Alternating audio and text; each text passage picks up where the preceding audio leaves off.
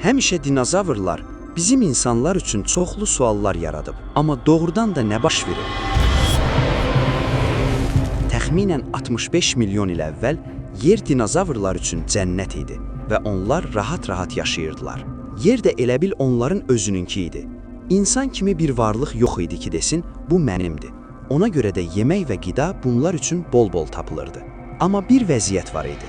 Fırtınadan əvvəlki sakitlik kimi. Əgər kamera olsaydı və kosmosdan baxsaydıq, görərdik ki, nəhəng bir asteroid yolunu dəyişib yerə tərəf gəlir və yüksək sürətlə irəliləyir. Bu vaxt yer üzünün sakinləri heç nədən xəbərsizdilər və bilmirlər ki, 80 kilometrlik bir asteroid gəlir və özünü yerə çırpacaq.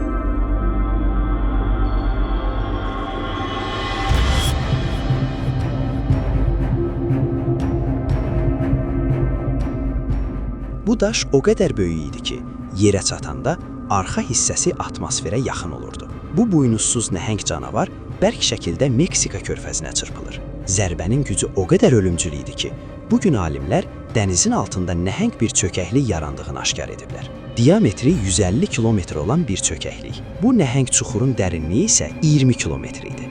Bu, yer tarixi boyunca atmosferə daxil olub yerə çırpan ən böyük cisimlərdən biridir. Əslində buna meteorit demək düzgün deyil, asteroid demək lazımdır. Çünki çox böyük idi. Dünyadakı o sakitlik zərbənin baş verdiyi saniyədə darmadağın olur.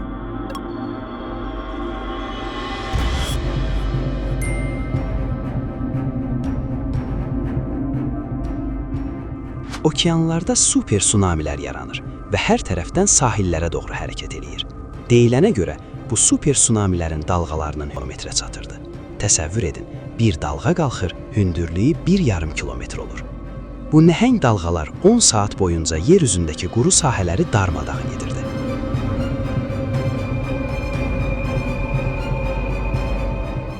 Amma bu fəlakətin hələ başlanğıcı idi. Bu zərbənin yaratdığı partlayış çar hidrogen bombasından 100 milyon dəfə güclü idi. Yəni dünyanın ən güclü nüvə silahından. Zərbənin 1000 kilometrlik radiusunda olan meşələr bir anda alovlanır. Elə ki, super tsunami dalğaları belə bu yanğını söndürə bilmir.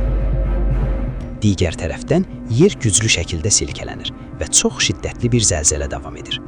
Dünyada qeydə alınmış ən güclü zəlzələ 1960-cı ildə Çilidə baş verib və gücü 9,5 bal olub. İndiyə qədər bundan güclüsü qeydə alınmayıb. Bu zəlzələ o qədər güclü idi ki, yer kürəsinin uzaq nöqtələrində belə dağlar uçmağa başlayır və fəaliyyətdə olan vulkanlar oyanır. Bizim danışdıqlarımız bu toqquşmanın ilk bir neçə saatına aiddir və qırğın hələ yeni başlayır. Toqquşmanın 1500 kilometrlik ətrafında canlı tapmaq demək olar ki, mümkün deyildi. Hətta sağlam bir bitki belə görə bilməzdiniz.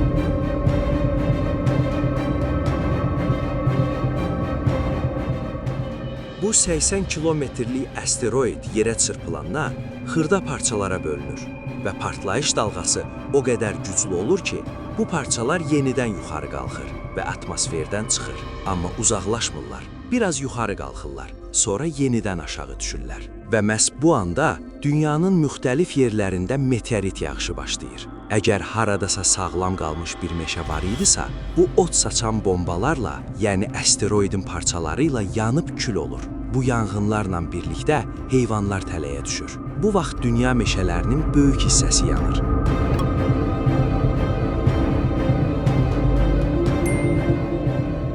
Əksər iri heyvanlar dinozavrlar da daxil olmaqla ilk bir neçə həftədə məhv olur. Əvvəllər belə bir nəzəriyyə var idi ki, bütün dinozavrlar elə həmin anda ölüb.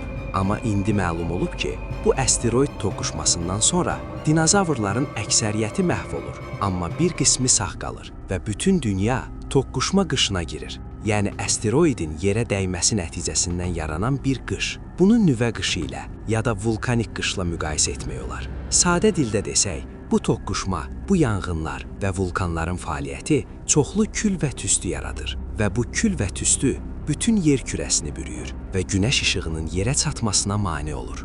Bu isə yer kürəsinin sürətlə soymasına səbəb olur. Elə bir soyuq ki, təkcə bütün dinozavrları yox edir. Eyni zamanda digər canlıların 76% də məhv olur. Qısaca desək, çəkisi 25 kiloqramdan çox olan bütün heyvanlar məhvə məhkum idi. Kiçiklər, xırdalar və dözümlü olanlar sağ qalır. Bu toqquşma qışı 1 ildən çox davam edir və bu canlılar üçün çox uzun bir müddətdir. Qarşımızda elə bir yer var ki, üzərində az sayda heyvan qalıb və az sayda bitki. Qalan yerlər yanmış torpaq kimidir. Bütün bu əzabdan sonra atmosferdə qalan tüstü və buludlar yağmağa başlayır. Amma normal yağış yox, turşulu yağışlar yerə tökülür. Bu yağışların vurduğu ilk zərbə suda yaşayan canlılara olur. Bir çoxu məhv olur. Məsələn, tısbağa və timsah suda sağ qala bilir və ya köpək balığı dözə bilir. Amma əksəriyyəti yox olur. Bu şəraitdə sağ qalan canlılar böyük bir sual işarəsidir. Bir çox alim deyir ki, o vəziyyətdə bu canlıların necə sağ qalması hələ də tam aydın deyil. Nəhayət, illər keçir. Turşulu yağışlar dayanır və qara buludlar dağılıb gedir və günəş işığı yenidən yer üzünə düşür. Amma hansı yerə? Günəşin artıq tanımadığı bir yerə. Meşə və düzənliklərlə dolu olan yer səhraya çevrilmişdi. Günəş torpağa dəydikdən sonra ilk bitkilər cücərməyə başlayır və bunlar qıcılar idi. Bu illər ərzində heyvanlar üçün qida tapılmırdı və bu da bir çoxunun məhvinə səbəb oldu. Yalnız çəkisi 600 qramdan az olan bir neçə heyvan növü sağ qaldı. Əlbəttə istisnalar da var idi. Tısbağa, köpək balığı, timsah, çünki hamısı suda yaşayırdı. Bu da göstərir ki, sağ qalan faydalı canlıların çoxu suda idi. Bu vəziyyət 100 minlərlə il davam edir və quruda yalnız xırda heyvanlar yaşayır. Amma bu 100 minlərlə ildən sonra it boyda olan heyvanlar ortaya çıxır və eyni zamanda daha faydalı bitkilər yayılmağa başlayır. Bunlardan biri Şimali Amerikada bugün də çox rast gəlinən vəhşi qoz növü olan pikan idi. Bu vəhşi qoz daha çox heyvan növünün yaranmasına səbəb olur və onların müxtəlifliyi 3 dəfə artır. Elə ki, quruda yaşayan ən böyük heyvanların çəkisi 25 kiloqrama çatırdı. Amma yer üzündə həyatın əsas üstünlüyü bu məhvdən 700 min il sonra ortaya çıxır. Vəhşi lobya. Bu lobya dünyanın hər yerində böyüməyə başlayır və bu heyvanların ölçülərinin yenidən böyüməsinə səbəb olur. Çünki bol qida və qidalı maddələr yaranmışdı. Bu lobyalar təkcə heyvanları daha müxtəlif etmədi, həm də onların çəkisini artırdı. Fikir vermisinizsə, bu 700 min il ərzində qurudakı ən böyük canlılar 600 qramdan təxminən 50 kiloqrama çatdı. Bu 700 min il alimləri heyrətə salıb. Çünki bu qədər qısa müddətdə bu qədər böyük dəyişikliklər baş verib. 700 min il yer kürəsinin təkamülü və tarixi üçün demək olar ki, heç nədir. Qurudakı həyatın bərpası sudakına nisbətən çox daha sürətli oldu.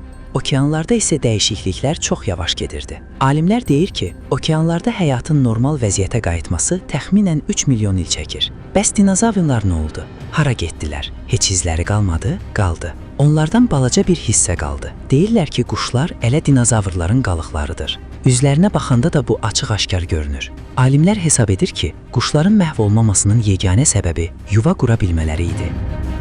Digər bir səbəb isə onları məhv edəcək insanın hələ mövcud olmaması idi. İnsanlar bu hadisələrdən təxminən 60 milyon il sonra digər canlılardan təkamül edib yer üzünə çıxır və yavaş-yavaş vaxtilə heyvanlara aid olan bu planetin sahibinə çevrilir.